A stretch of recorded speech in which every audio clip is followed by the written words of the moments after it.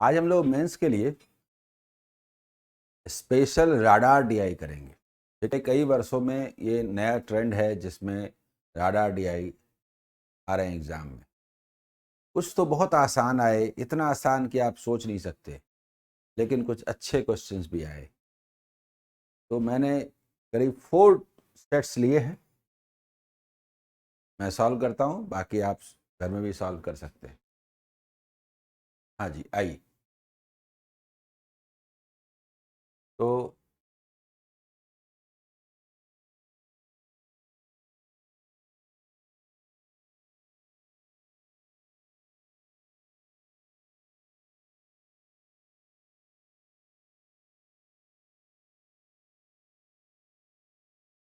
तो ये पहला देखिए राडार डीआई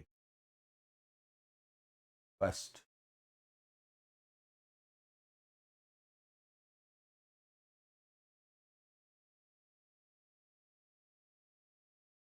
देखिए ऐसा है, कुछ नहीं है, राडार जिस तरह से जाता है ना तरंगे, तो उसको ध्यान में रख करके है। कुछ नहीं, एक सेंटर और सेंटर से इन एक्सेस में डिस्टेंसेस है। हर ये 1000 का है, 1000, 2000, 3000, 4000, 5000।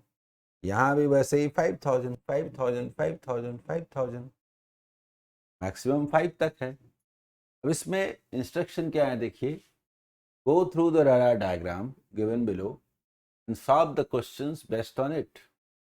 So given radar diagram gives the salary and savings of 5 persons A, B, C, D and E for the month of June 2013. हाँ, गुड इवनिंग, गुड इवनिंग। ठीक है,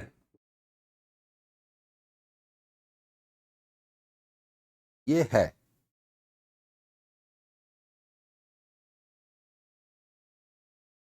तो all values are in the multiples of 500। कहने का मतलब कि ये बीच में हाफ होगा। अब हाफ के थोड़ा इधर उधर 400 600 नहीं होगा, क्योंकि वो आप रीड नहीं कर सकते। इसीलिए जैसे यहाँ पर देखिए, कहने का मतलब ये हाफ है। तो आप जानते हैं यहाँ से यहाँ तक 1000 है, तो ये 500 है।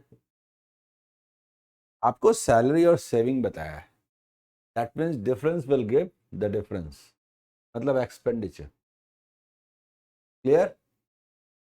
समझ में आ रहा है? बताइए।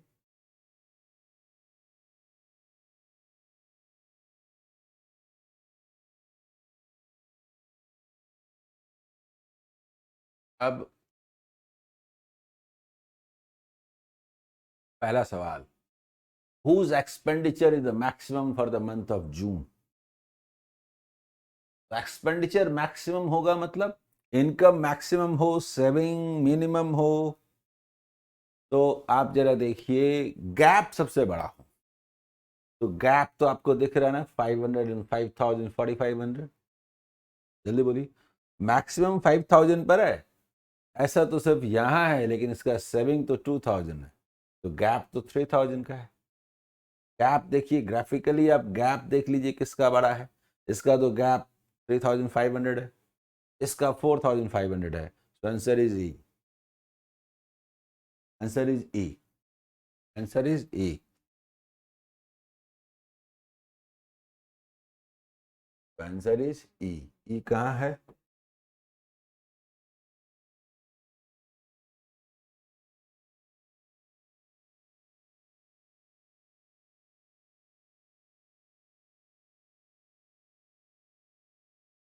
ठीक है,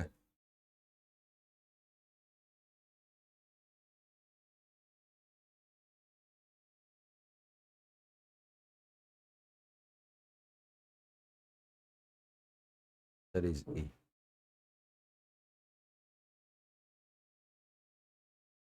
और ठीक उसी तरह से देखिए,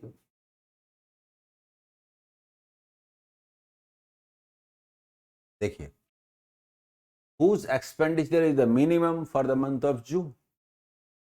तो एक्सपेंडिचर मिनिमम कब होगा? जब दोनों के बीच का गैप सबसे छोटा हो। गैप गैप गैप, देखिए, gap gap gap, this gap is minimum, this gap is minimum. बाकी सब तो देखिए बड़ा है। Means D. डी कहां पर है? सी में।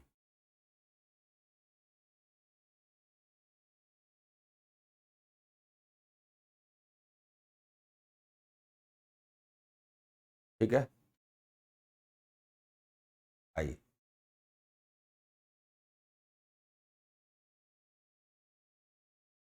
For who among the following expenditure expressed as a percentage of the salary for the given period is the maximum। देखिए, अब तक आप नेट वैल्यू देख रहे थे कि एक्सपेंडिचर मैक्सिमम हो, एक्सपेंडिचर मिनिमम हो। No, percentage of expenditure that is with respect to salary, that should be maximum, minimum ऐसा है तो मैक्सिमम। इसमें क्या होता है? Ratio, ratio should be maximum. तो ratio should be maximum. Maximum का मतलब है कि गैप भी बड़ा होना चाहिए, सैलरी भी कम होनी चाहिए। सैलरी कम होनी चाहिए। 5000 होने पर 4500 है एक्सपेंडिचर, लेकिन यहां पर 3000, देखिए ये आपका 2500 है और ये 1000 है तो 100 है। कहां पर होगा? तो इसमें भी यही होगा। देखिए, इसमें भी यही होगा। मतलब 5000 में 4500 है, मतलब समझिए 90%। तो फिर आंसर क्या हुआ? ई। ई मतलब डी। ऐसा इसीलिए हुआ कि ये जो 4500 है ये आउट ऑफ 5000, न बोल के बोले जो 500 है, ये जो 500 है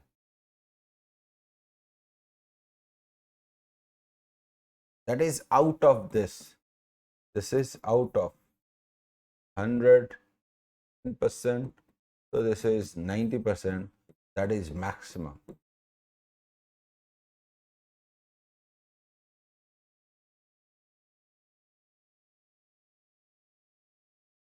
होगा ना?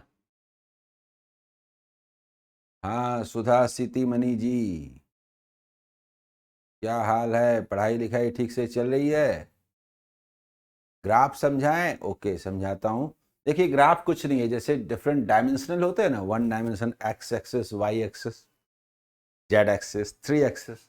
तो यहां पर ये देखिए 5 एक्सिस है, कुछ नहीं है, 0 यहां है और यहां से इधर। तो ये 1000, 2000, 3000, 4000, 5000, सी को पढ़ लीजिए, वही मीनिंग है।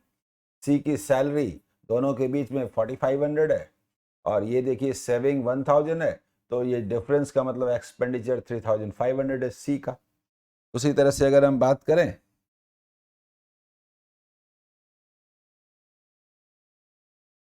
अरे हो जा रहा है, रुकिए,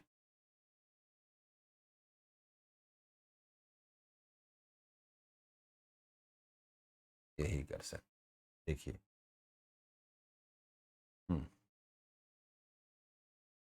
समझ में आ गया ना? तो डी का, सी का मतलब इतने लोगों की सैलरी को एक्सप्रेस करने का बड़ा अच्छा तरीका है।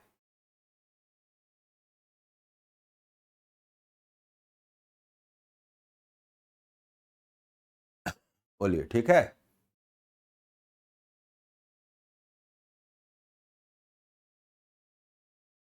ठीक है, ठीक है। तो ये जो गैप है ये एक्सपेंडिचर है, कुछ नहीं। जैसे मान लीजिए कि ये जो दिखाया है ना, ये इसी पॉइंट को दिखाया है। अब हर जगह लिखने का तो जरूरत नहीं है। तो जैसे ए के बारे में बात कीजिएगा तो ए का सेविंग है 500, देखिए यहाँ 1000 है तो बीच में 500 होगा कि नहीं? 500 होगा कि नहीं? तो 500 सेविंग है और 4000 इनकम है, तो 3500 एक्सपेंडिचर है। बस। क्वेश्चन नंबर 3 में है कि एक्सपेंडिचर शुड बी मैक्सिमम। तो एक्सपेंडिचर ये 90% है कि नहीं? That is maximum. Minimum saving होगा 4500, देखिए ये 500 बाकी सबका देख लीजिए ज्यादा है, मतलब सेविंग ज्यादा है। मैक्सिमम पूछा था। 5000 में 4500 90% हुआ ना। बाकी सब में देखिए 2500 में क्या है? 1500 एक्सपेंडिचर है, तो मैक्सिमम तो नहीं हुआ।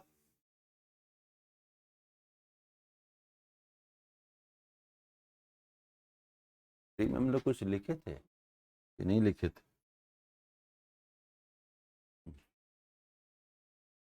में लिखे थे, गायब हो गया। अच्छा हाँ, ये ठीक है यार। अब 4th number, for how many of the given persons the savings is more than 20% of the salary for the given period।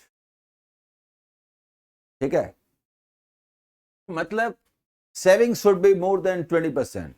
तो आप जरा देखिए 5000 का 20% क्या हुआ? 20%, 20% तो 1000 हुआ, तो ये वाला हुआ 2000, that is more than 20%, this is 40%। ये अगर हम बात करेंगे तो देखिए मोर देन 20%, 900 का मतलब होता है 20%, ये 1000 है, तो more than 20%, yes, again more than 20%, yes, but this is less than, but this is less than। देखिए 20% 800 से कम है, इसका 20% क्या होता है? 800 से कम है, इसका 20% 1000 से कम है, लेकिन इसका 20% देखिए 500 से ज्यादा है 1000, तो 3, तो क्या हुए? 3, बी इज द आंसर, 3। कौन कौन आ रहे थे? B, C and D.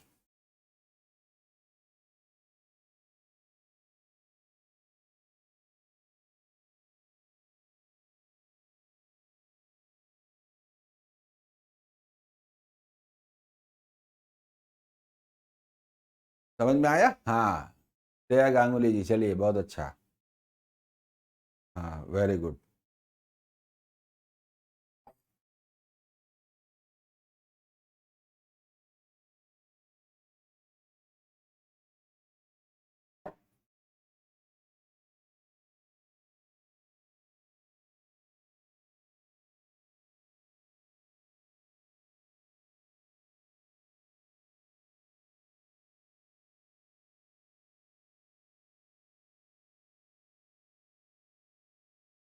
Clear?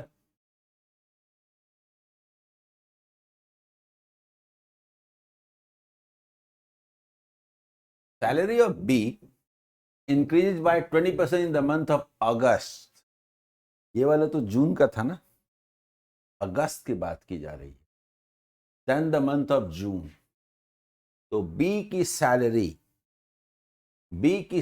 20% increase करती है। However, the expenditure of B increases only by 10%। Expenditure only 10% increase करता है। जानते हैं आप, इसको कई तरीके से बात कर सकते हैं। तो ये पूछता है by what percent saving of B has increased in the month of August। एक तरीका ये है कि B के लिए जो बात हो रही है, सैलरी, इसमें 5000 है और इसका 20% इंक्रीज करता है, 20% इंक्रीज करता है, यानी 1000 इंक्रीज करता है। हम पूरा वैल्यू न लिखें, एक्सपेंडिचर का जहां तक सवाल है वो बी का क्या है? 3000।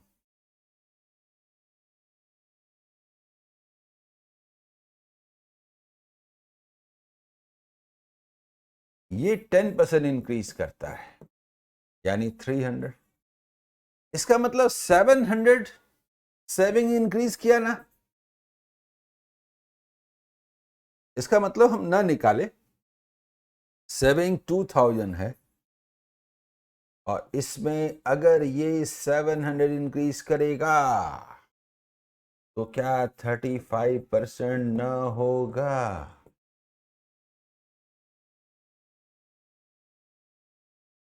क्योंकि इनकम गया कहां? इनकम गया कहां? इनकम गया कहां? मैं ये नहीं चाहता कि इसे लिखूं, नहीं चाहता कि इसे 6000 बनाऊं, नहीं चाहता कि इसे 3300 बनाऊं, नहीं चाहता कि इसे 2700 बनाऊं, नहीं चाहता कि इसे ऐसे लिखूं।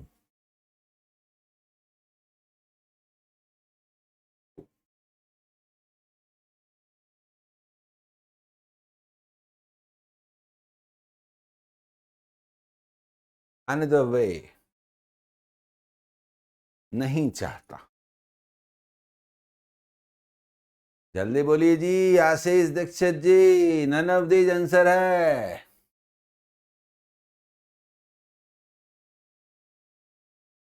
नन ऑफ दीज आंसर है। देखिए,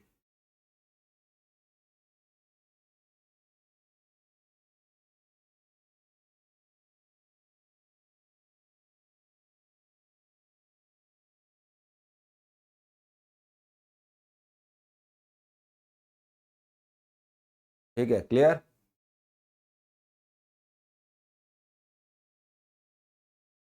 आइए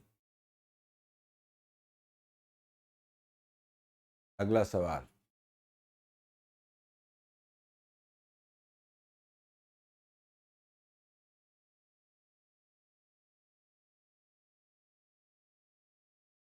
फिफ्थ तो हो गया, फर्स्ट डीआई सेट था, second mains level radar DI 2। इसको देखिए,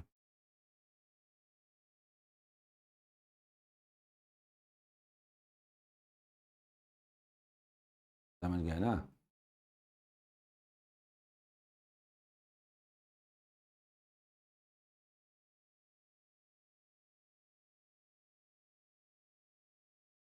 Study the radar graph carefully and answer the questions that follows. Number of students in thousands in 6 different years. In 6 different years.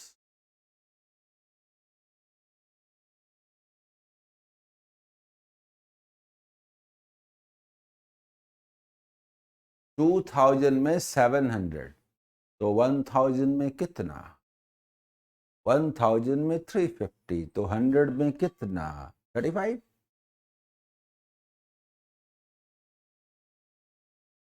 तो 6 different years में number of students दिए हुए हैं, values लिख दिया गया है, लेकिन वैल्यूज लिखा हुआ रहेगा कोई जरूरी नहीं है।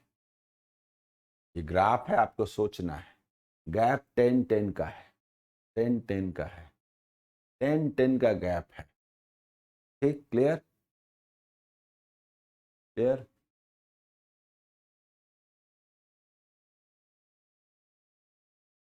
In which year was the difference between the number of students in University 1 and University 2 highest? ऐसा ही क्वेश्चन है ना। यूनिवर्सिटी 1 ऑरेंज वाला है और यूनिवर्सिटी 2 ग्रीन वाला है, तो दोनों के बीच का गैप मैक्सिमम होना चाहिए। Gap gap gap gap gap, this gap is maximum.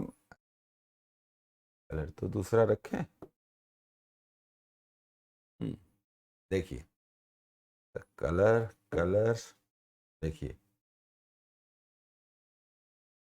this is maximum, this is maximum, this is maximum, this gap is maximum. The answer is 2012। होगा कि नहीं बताइए।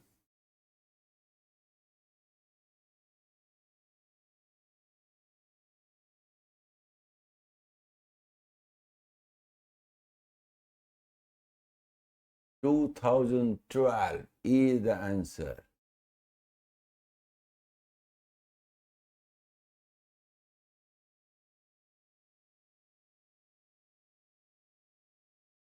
ठीक ठीक, बहुत बढ़िया।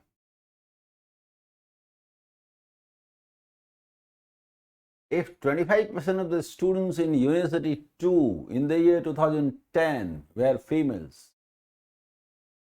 then what was the number of students, male students in University 2 in the same year? ये तो बहुत आसान क्वेश्चन है।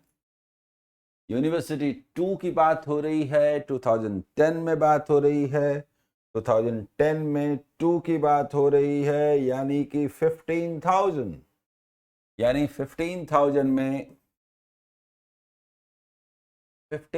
में अगर ये 25% हटा दें, जो कि फीमेल्स हैं, यानी कि इसका हाफ का हाफ 3,750 हटा दें, तो ये मेल्स बचेगा कि नहीं? 11,250 होगा कि नहीं, बता मेल्स आंसर।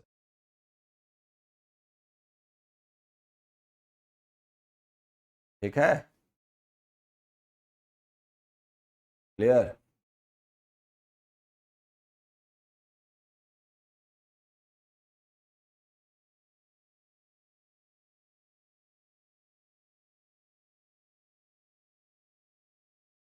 ठीक है, आगे बढ़े।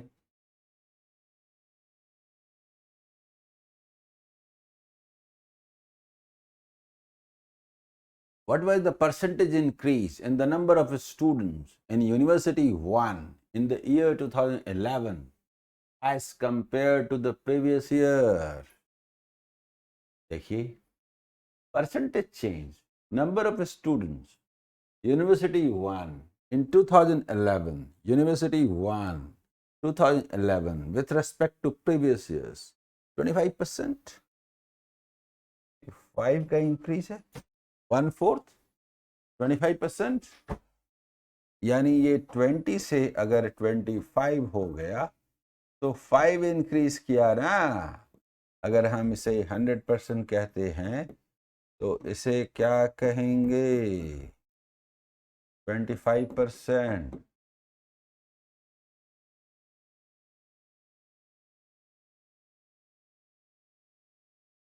थोड़ा कंफ्यूजिंग है। कहाँ कंफ्यूजिंग है जी?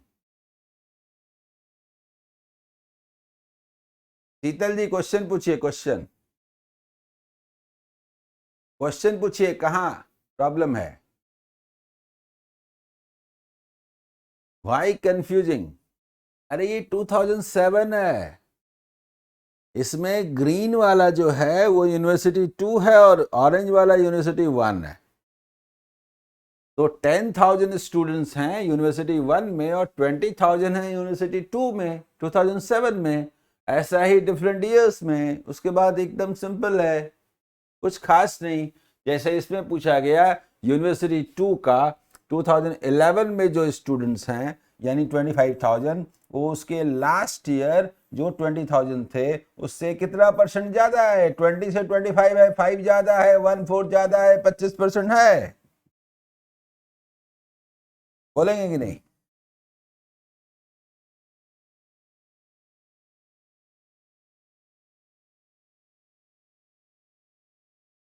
ग्राफ में क्या रखा है? ये वाला ग्राफ क्या है? देखिए, इस ग्राफ को देखिए, ये ग्राफ को देखिए, इस ग्राफ को देखिए। यहां से अगर खींच दिया गया ऐसे ऐसे ऐसे और यहां लिख दें कि ये 10 है, 20 है, 30 है, 40 है, 50 है, तो यूनिवर्सिटी 1 जो है ना ऑरेंज है, 10 है यूनिवर्सिटी 1, और यूनिवर्सिटी 2 क्या है? 20 है, 20,000 है, और ये 10,000 है। क्या प्रॉब्लम है बोलिए इसमें? और ये 10,000 है, कुछ नहीं है। तो ऐसा अगर एक यूनिवर्सिटी का लिखना रहता तो ऐसे डंडा खड़ा कर देते। अब अलग अलग ईयर में लिखना है और 2 यूनिवर्सिटी का है।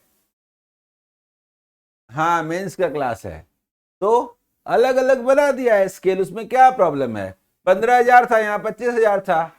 2008 में 2008 में यूनिवर्सिटी 1 के 15,000 स्टूडेंट थे और यूनिवर्सिटी 2 के 25,000 थे। कुछ तो नहीं है। हाँ जी, मेंस का ही क्लास है। यूनिवर्सिटी 1 यहां देखिए ना जी, यूनिवर्सिटी 1 ये देखिए, ये देखिए। यूनिवर्सिटी 2 ग्रीन है।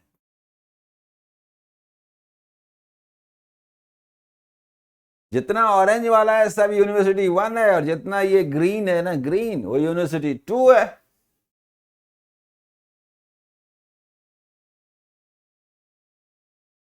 ठीक है,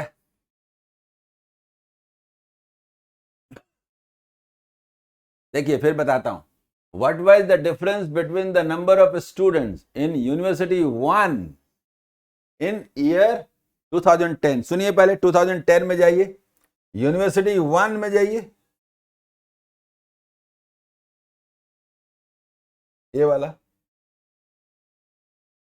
20, तो 20,000। ठीक है, and the number of students in university 2 in 2012, 2012 में आइए, यूनिवर्सिटी 2, फिर यहां पर आइए तो वही 20,000। दोनों के बीच का गैप डिफरेंस कितना है? 0 डिफरेंस। क्लियर हुआ?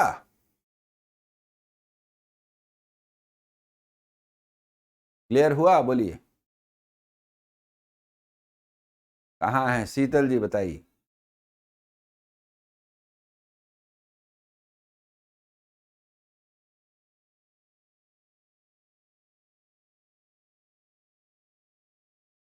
हाँ,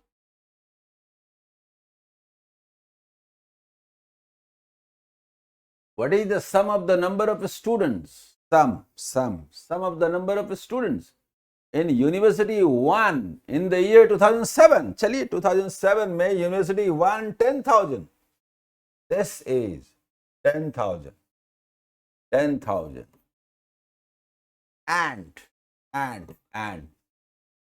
the number of students in university 2 in 2011, 11 में 2 मतलब 30,000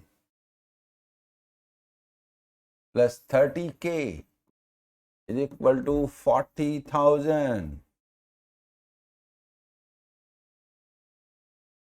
Required sum, बताइए मुझे, अब क्लियर है?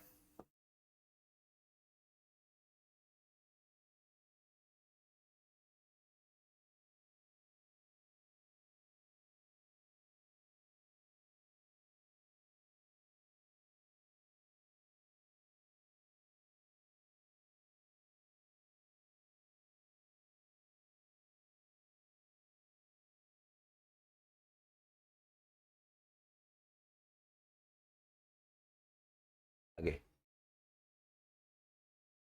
हो गया, ये 2DI सेट्स हो गए। हाँ हाँ ठीक है, आइए थोड़ा सा इसको देखिए, समझ में आ रहा है कि नहीं, जल्दी।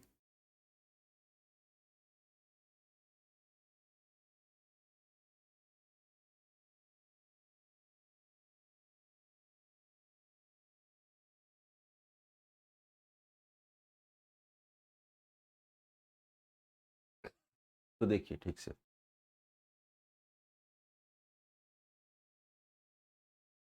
The graph given below, explain कर देता हूं। shows the percentage of males in 3 different towns, ABC, PQR and XYZ in 3 different years.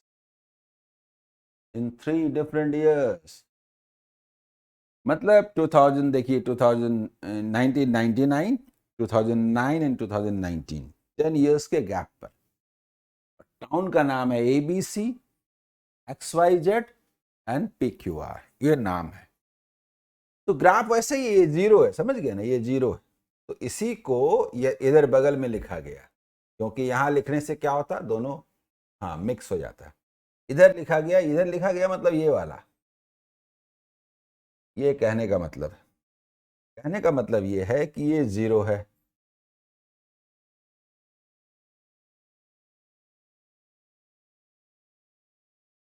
देखिए ये क्या है, ये 0 है, ये 10 है, ये 20 है, ये 30 है, ये 40 है, 50 है।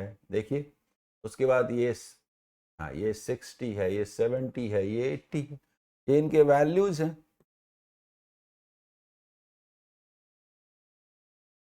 समझ गया ना?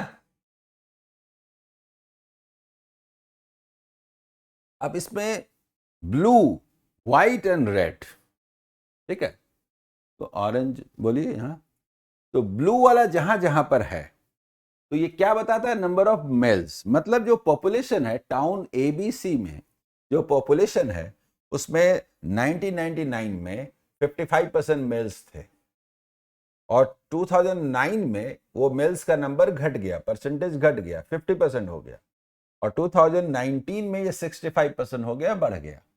और ऐसा ही 3 टाउन्स में परसेंटेज बताया है। क्लियर?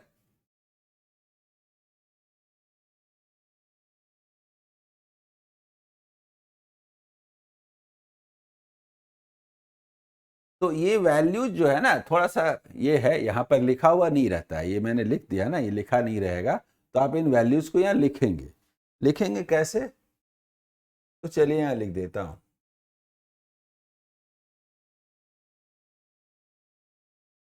चलिए लिख देता हूँ, जैसे टाउन ABC का लेते हैं, तो ब्लू 55% है। ये उतना अच्छा नहीं आ रहा ना,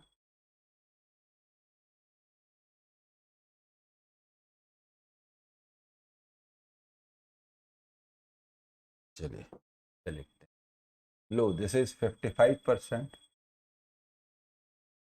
उसके बाद रेड, वाइट 50%,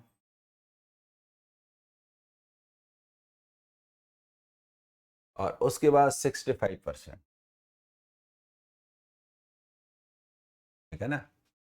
उसी तरह से टाउन XYZ में ब्लू मतलब 75%,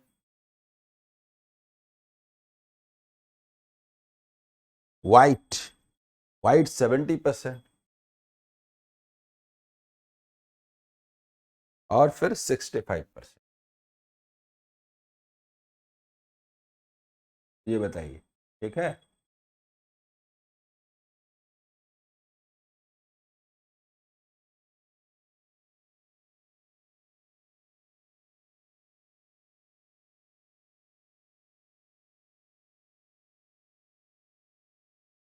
थर्ड वाले देखिए, ब्लू 35%,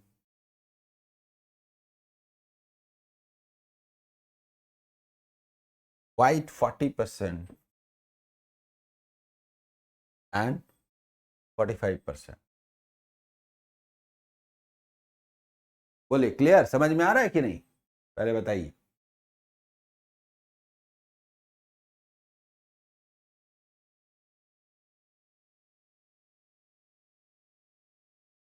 ये लिखा इसीलिए जा रहा है क्योंकि यहाँ पर लिखा हुआ नहीं होता है, बस ग्राफ खींचा हुआ रहता है और ग्राफ का वैल्यू आपको नोट करना होता है।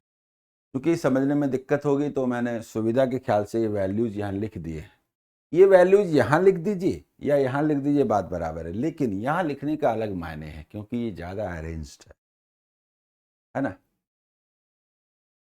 इसके बाद आ जाइए क्वेश्चंस पर।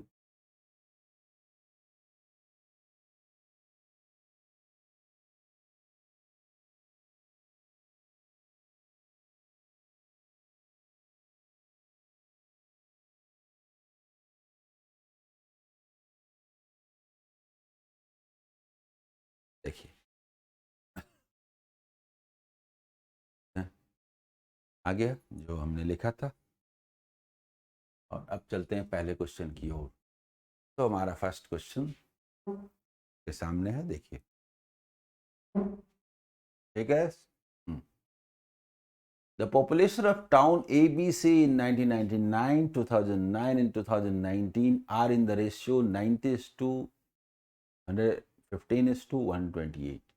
Population इस रेशियो में है and the average number of males in 99, 2009 and 2019 is 12,680.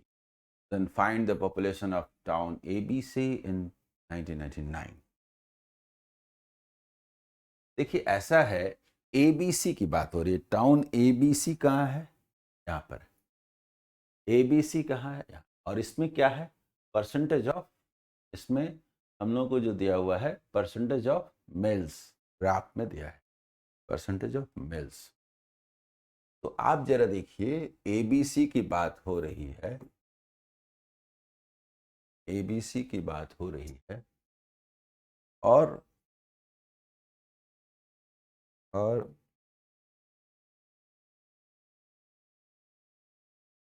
1999, 2009 and 2019, in 3 years की बात हो रही है। इसमें अगर हम मान लें थोड़ा सा, इसमें अगर हम मान लें कि ये 90 है ना, तो 100 कर देते हैं, क्योंकि परसेंटेज निकालना है इसीलिए। इसको 115 है ना, ऐसा कर देते हैं, और इसे 128 है ना, तो हम ऐसा कर देते हैं। क्यों? क्योंकि हमें परसेंटेज निकालना है, परसेंटेज निकालना है, इसीलिए देखिए परसेंटेज निकालना है किसका? मिल्स। तो मिल्स है इसमें 55%, है ना, पहले वाले में। तो 50% कितना हुआ? 450 एंड 45, तो 485 हुआ कि नहीं?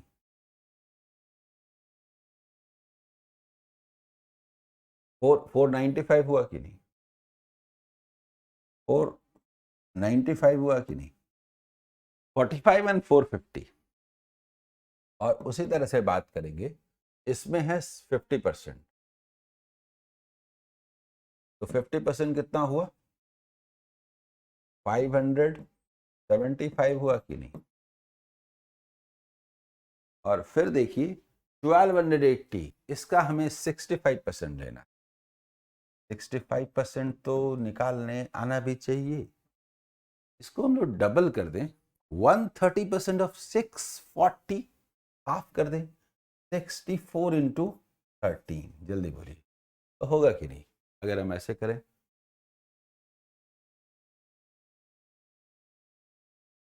ऐसा होगा? बोलिए तो।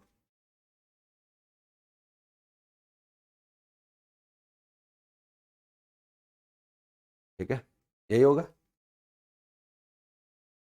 अब गौर कीजिए, ये निकला। अगर हम ये पॉपुलेशन मानते हैं तो उसमें मेल्स इतने इतने हैं। हम लोगों से क्या कहा गया कि जो एवरेज नंबर ऑफ मेल्स है वो 12,680 है। तो एवरेज निकाल लें। ऐसा करते हैं, 500 पहले मानते हैं। एवरेज जो है पहले 500 मानते हैं, एवरेज पहले 500 मानते हैं। तो 5 इधर दीजिए, 570 निकाल लीजिए। 500 हटाइए, 3 332 402। तो 402 402 का 1/3। जल्दी बोलिए, होगा कि नहीं? यानी कि 634। यानी हम एवरेज की बात अगर करें तो ये आता है 634। An average is given as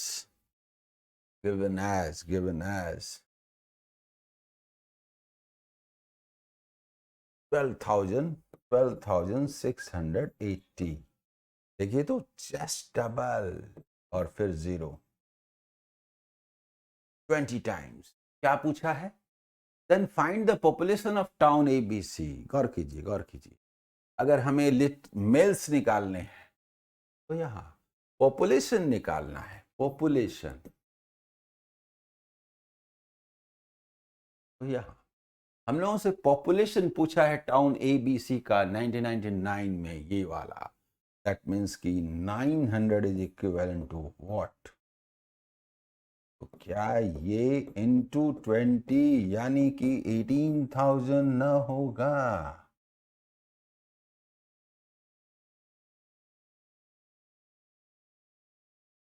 बताइए, होगा? क्लियर? समझ में आया? हम लोगों से अगर मेल्स पूछता, फीमेल्स पूछता, फीमेल्स पूछता तो बोलते 405 माने क्या। मेल्स पूछता तो बोलते इंटू 20, फीमेल्स बोलते बाकी 405 इंटू 20।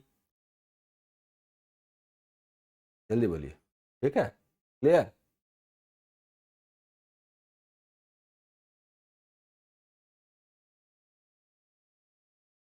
ठीक है,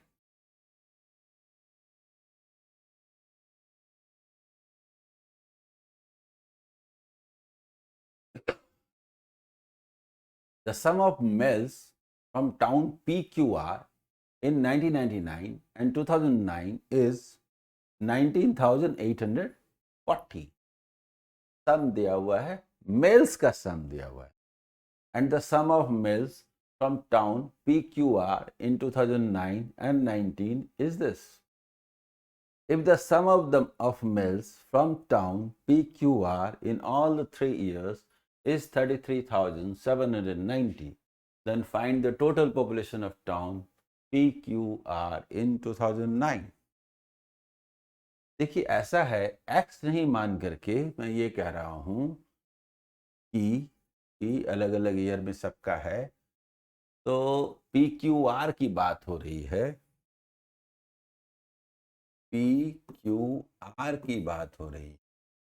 तो हम ऐसा करते हैं कि 1999 में, ठीक है, उसके बाद 2009 में और 2019 में हम ये मान लेते हैं कि जो पॉपुलेशन है वो 100x, ये 100y है और ये 100z है।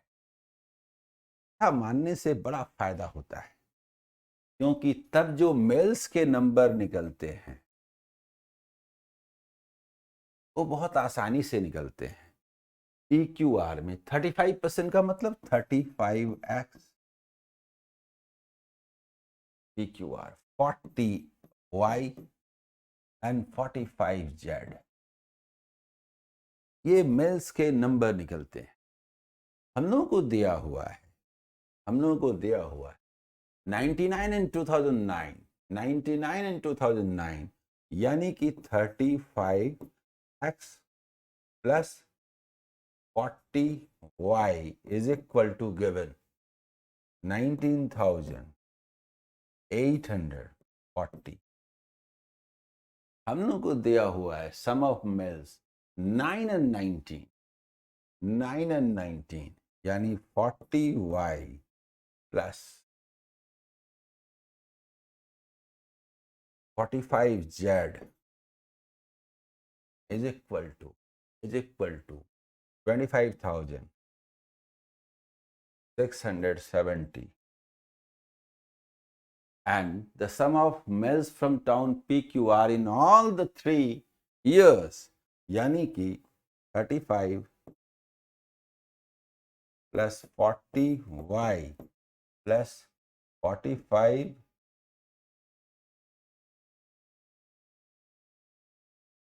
z, तो थोड़ा सा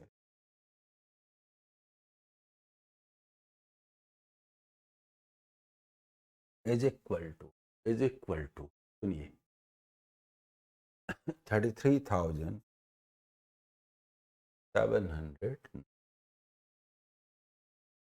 पहले मुझे बताइए, ये दिया है। अब हम इसको सॉल्व करेंगे तो गौर कीजिए, अगर दोनों को ऐड कर दें तो this this this this this this cancel. मुझे बताइए, अगर हम लोग सब्ट्रैक्ट करना चाहें तो 1 2 3 ये कैंसल होगा कि नहीं?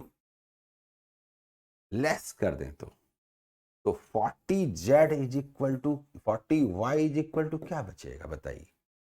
इन दोनों के सम में इसको लेस कर दें तो लेस भी थोड़ा अलग तरीके से करते हैं, ऐसे करते हैं। देखिए ये 33,000 है, तो 25 एंड 8 हो गया, 25 एंड 8 33 हो गया, और ये फिर 790, तो 790 को यहां से हटा दे तो ये 50 है। तो क्या बचा? 11,720 बचेगा कि नहीं, ये बताइए। और इसको कैंसिल कर देते हैं, इसको कैंसिल कर देते हैं, 40 है ना, 4 तो है ही।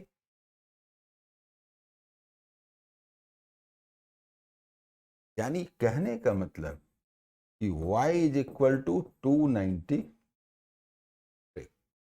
हम लोगों से क्या पूछा है? Total population of town PQR in 2009, यानी 100y पूछा है। 100y is equal to what? 290, 300 answer. जल्दी बताइए, समझ में आया? आया समझ में? बताइए। कितना शानदार क्वेश्चन है, मेन एग्जाम का, IBPS PO मेन एग्जाम का आया हुआ क्वेश्चन है। इसके पहले जो था वो SBI PO का मेन एग्जाम, उसका आया हुआ क्वेश्चन है। अगर ढंग से सॉल्व करते हैं तो डेटा एक दूसरे के लिए बने होते हैं। जरा गौर कीजिए, ये वाला जो है इस पूरे में से यदि इसको लेस कर दें तो, जल्दी बोलिए, या थोड़ा और लिख दें? 1 2 3, और यदि हम बोलें 1 + 2 - 3, तो ये आता है।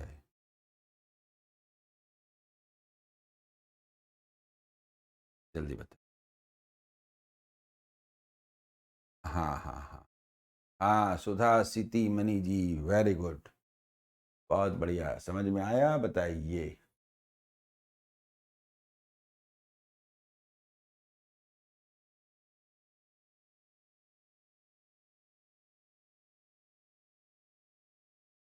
है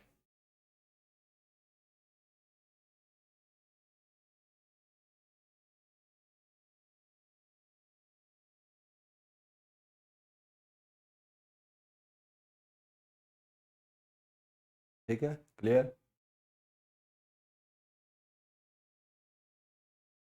और एक क्वेश्चन है, तो देखिए क्या है।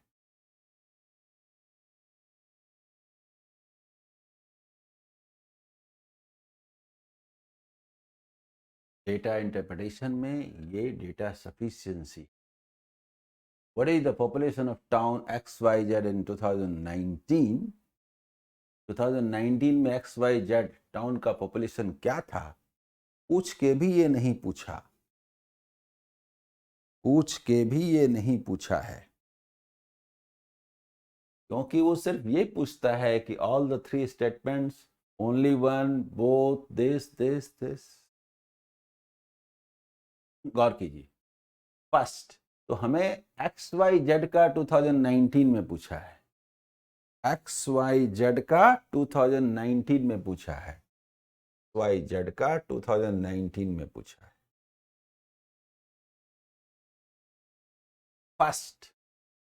फर्स्ट अगर हम लेते हैं, it is given that the population of town ABC in 2009 is 23,000, तो भाई इससे तो नहीं निकलता, ठीक है। फिर सेकंड लेते हैं, अकेले से तो नहीं निकलता, क्योंकि XYZ 19 से इसका दूर दूर तक का रिश्ता नहीं है।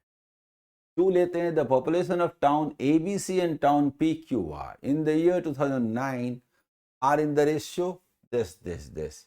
इसमें तो XYZ का जिक्र ही नहीं, तो अकेले का सवाल नहीं है। यही देखने का तरीका है। बात करते हैं 1 + 2, यही तरीका है। तो 1 + 2 लेने से भी XYZ तो कहीं आता नहीं है, XYZ का तो नाम आता नहीं है। हाँ, क्या आता है? तो 2009 में ABC का वैल्यू दिया है और ABC PQR का रेशियो दिया है, तो भाई 2009 में इन दोनों टाउन का पॉपुलेशन निकल सकता है 1 + 2 से, लेकिन XYZ के साथ कोई रिलेशन नहीं है। अब सवाल है 3 का, तो 3 का है the population of town PQR is 8,284 more than the population of town XYZ तो भाई बाकी सबका तो हम कुछ जानते नहीं है, तो 3 से अकेले भी मिलने का सवाल नहीं है। अब देखते हैं 2 + 3 होगा क्या?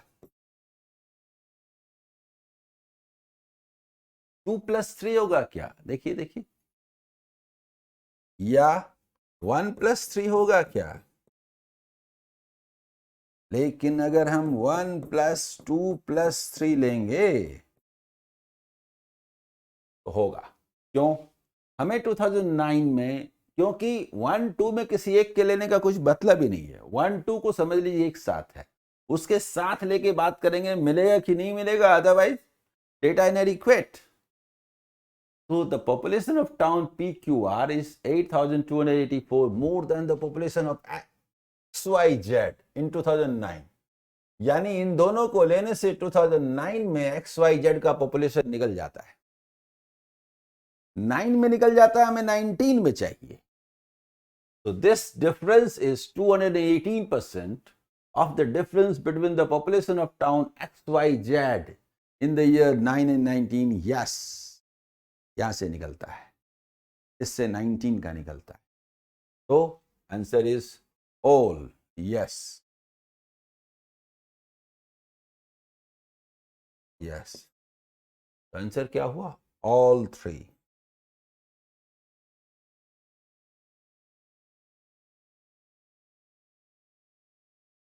बोलिए, समझ गए? ठीक है, इसका पीडीएफ मैं आपको दे दूंगा। मेरे ख्याल से राडार डीआई अब आपको समझ में आ गया होगा। अब राडार क्या है, कोई भी फॉर्म हो, क्या फर्क पड़ता है? इसमें 3 था और उसमें 5 था, बाकी तो चीजें एक ही जैसी हैं।